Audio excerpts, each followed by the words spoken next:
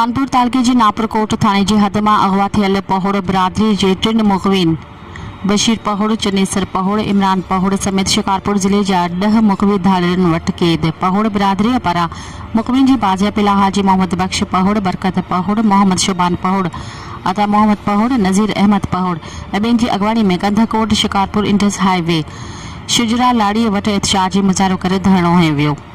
मुज़ाहिरीन जो चवणु हो त असांजा माण्हू धाड़ियुनि वटि क़ैद आहिनि, मगर पुलिस इंतज़ामिया तौरु चूंडियल नुमाइंदनि असांजी का बि मदद न आहे कई। हुननि चयो त असांजा मुखबी बाजियाब कराइण बदिरां रुॻो पुलिस ऑफिसरनि जूं मुक़ररियूं ऐं बदिलियूं कयूं वञनि थियूं। हुननि चयो त असांखे नए आयल एसएसपी इरफान समूह मां उमेद आहे त हू असांजा मुखबी बाजियाब कराईंदो।